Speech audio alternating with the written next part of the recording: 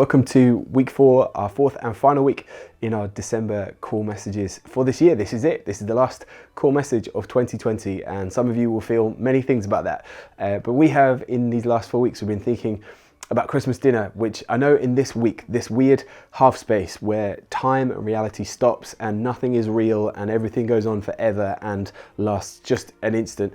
In this weird week, we are still focused. We still believe that Jesus is God. We still believe that there are things to learn and things to apply in faith to our existence. So stay with me in this week. And to help matters, we're going to talk about clearing up.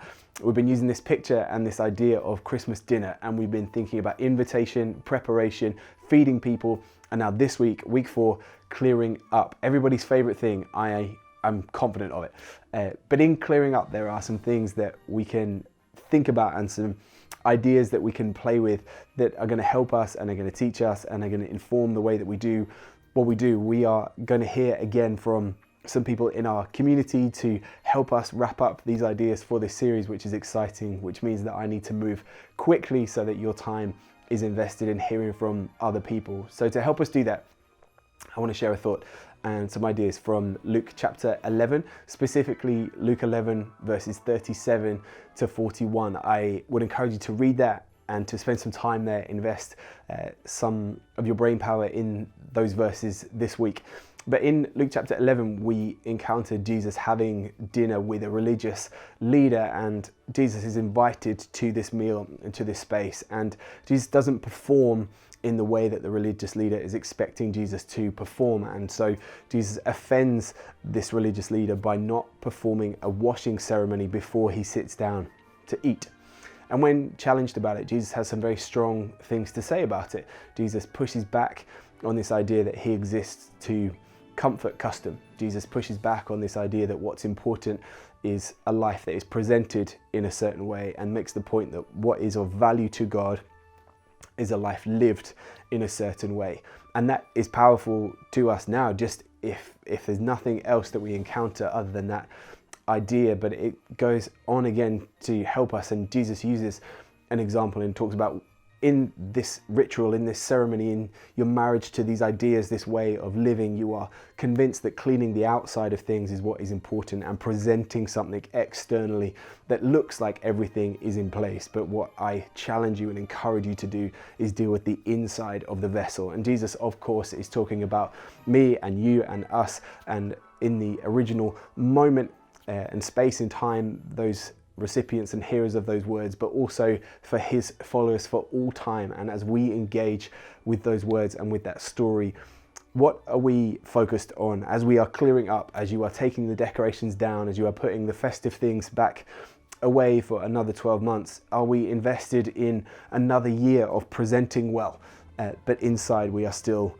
not right? Are we interested in how we line things up and present them to other people, but knowing that internally we haven't done the work that needs to be done right? Jesus goes on to say in this encounter, in this brief moment that we have from Luke 11, as we think about the condition of ourselves internally, that the way of living that God calls us to is to empty our pockets and live generously in response to other people.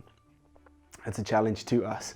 We are people with deep pockets. We have resource available to us. We have resource available to us literally, and we have resource available to us emotionally. We have just an embarrassment of riches. And the way of life that God is calling us to is not to polish and present something externally, but to deal with the rot internally.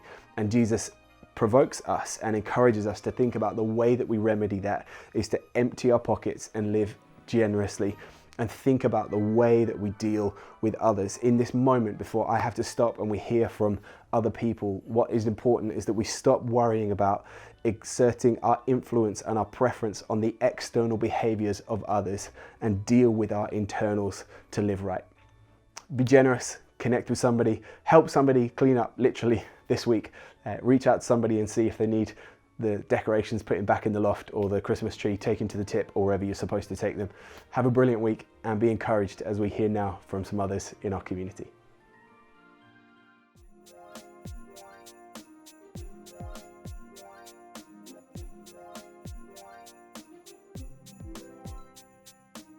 We go early.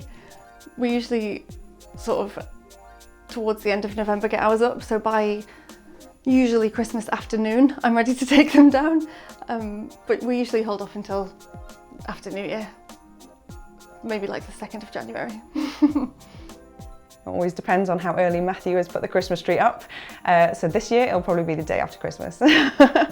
Chances are it's probably going to come down in the new year, early part of the new year.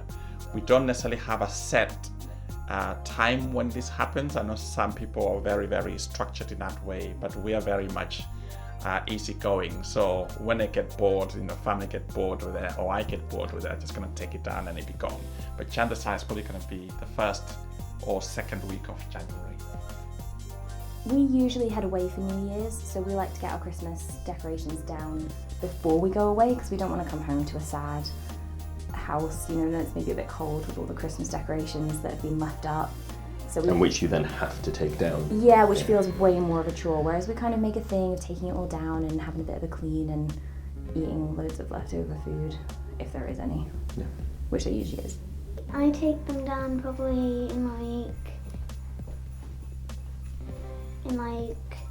March or something, or no, yeah. As soon as possible, yeah. I think because we put it up the first weekend of December, New Year's Day, all comes down. Get it done. Get it done. Around January. Oh, they go up as late as possible and they come down on Boxing Day.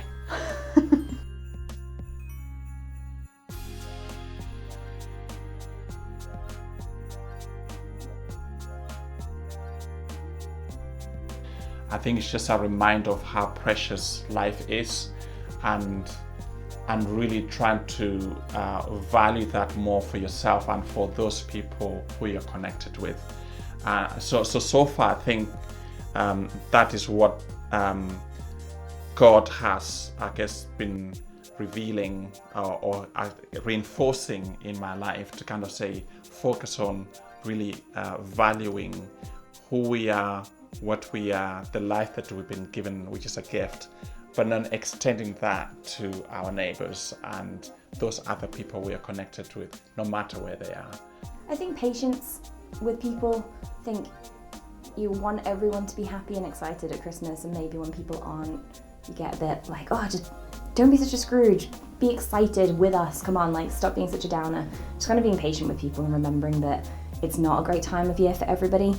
I think especially this year with family not being able to get over, not being able to see grandparents or nieces and nephews, just remembering that people just need patience, and not everyone wants to be excited all the time, which doesn't come naturally because I am excited all the time. Being nice to other people and treating them how you want to be treated. So that is our golden rule, and I would do that as well. I think time and space, because it feels like Christmas is more full than any other time of year in terms of things to do, especially with band commitments and stuff like that. So it's so easy to get pulled into the rush of everything, and your diary gets really full, but for what purpose? When do you do the things that really bring you joy, like spending time with your family and your friends and going out and going for walks and doing things that make you happy? That glorious time between Christmas and New Year where you don't leave the house and you sort of hunker down and just spend that time as a family, and you see friends, you see family, you do all the stuff, but you sort of just, everything just seems to, you don't know what day it is, and everything just seems to go on hold, and you almost just get to catch your breath. And I think it's always just almost like a time of preparation, because the New Year's coming and it's a time of new beginnings and all of the good intentions that you have going into the new year, of the things that you want to do, and it's quite nice to take that glorious time to think about, what do I want to take into the new year, and how do I want to bless people, and how do I want to include people, and what's my devotional life how am I going to improve it for next year? So it's a time of preparation for me.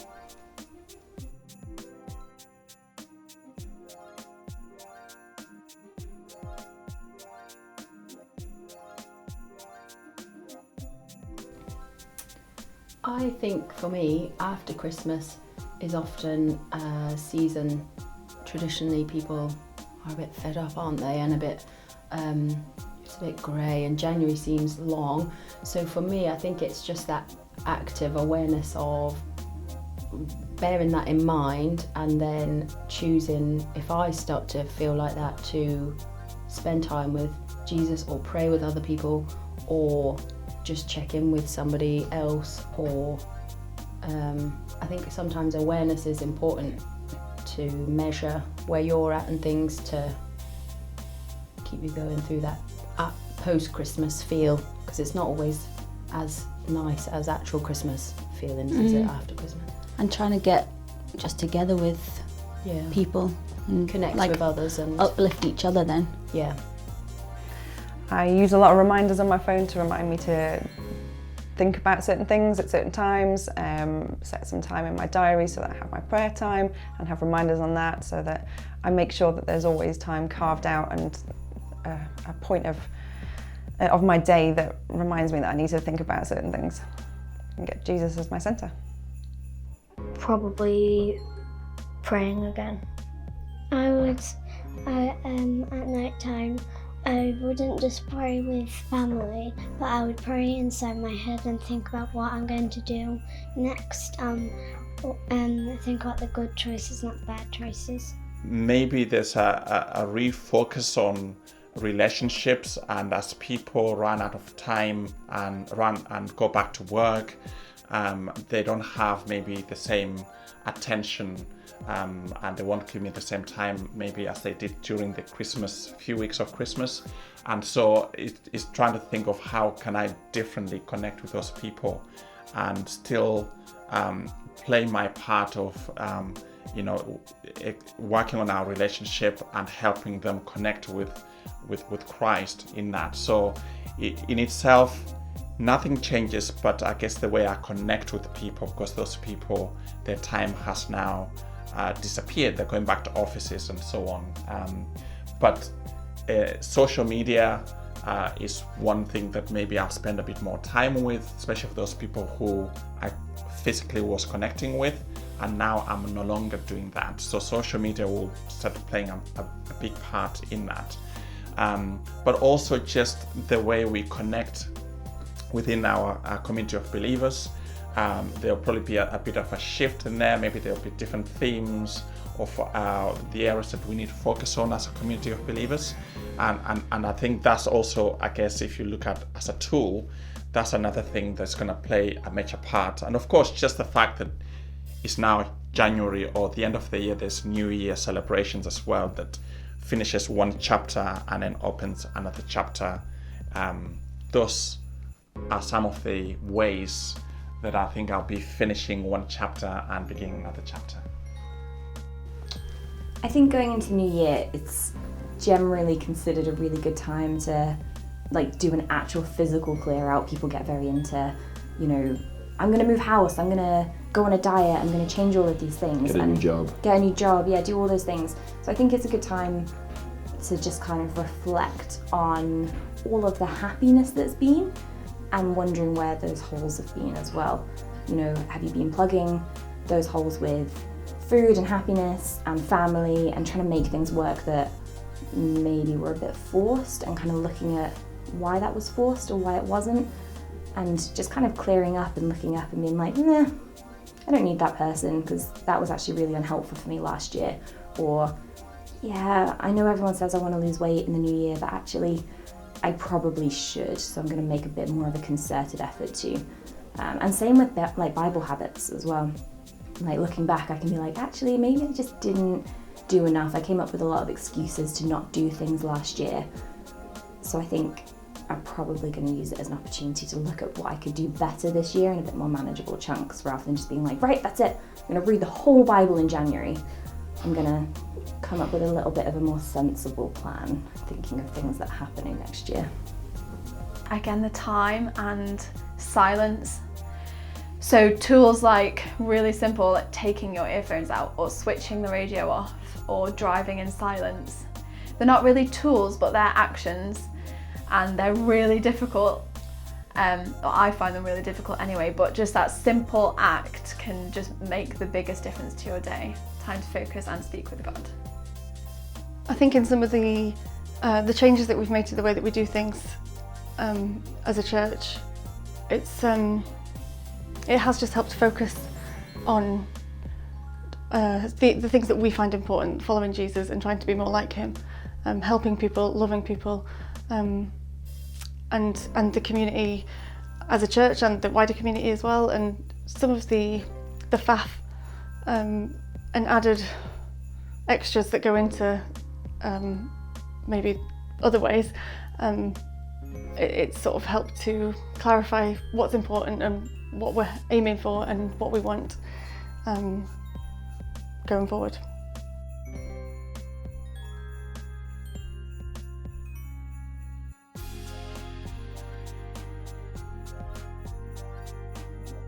So within the community of faith, I would just continue to meet with people on a regular basis and make sure that we don't lose track of what we're doing, and that, you know, this thing goes on for a long time and we're in it for the long haul, and it's important to walk with each other every day if we can, but you know, a touch point every week makes a really big difference.